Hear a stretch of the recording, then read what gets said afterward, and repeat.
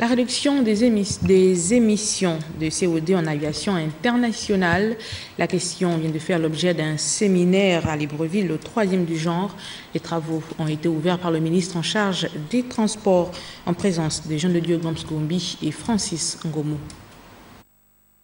Le séminaire a pour objectif de renforcer les capacités nationales des États parties du projet à mettre efficacement et à surveiller l'application des mesures d'atténuation visant à réduire la consommation du carburant et les émissions de l'aviation internationale. Le présent séminaire se présente comme une excellente occasion pour le Gabon en général, pour son aviation civile en particulier, de prendre le chemin qui mène à la satisfaction d'une exigence contemporaine, d'un défi majeur pour la communauté internationale, pour nos gouvernements respectifs, pour l'humanité tout entière. J'ai cité la préservation de l'environnement. Au cours de ces assises, plusieurs pays africains et des organisations internationales présenteront leur expérience en matière de réduction des émissions de CO2.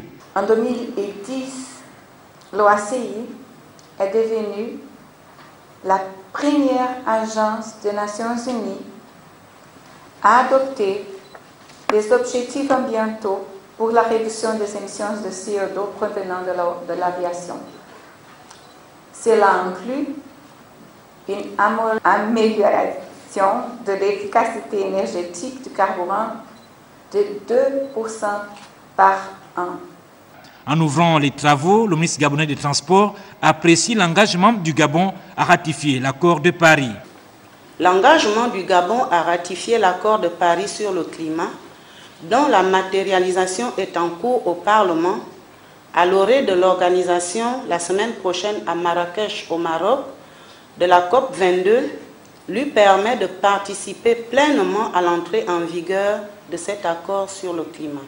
Le rendez-vous de Libreville est conjointement organisé par l'OACI, Union européenne, et par le gouvernement gabonais via l'Agence nationale de l'aviation civile.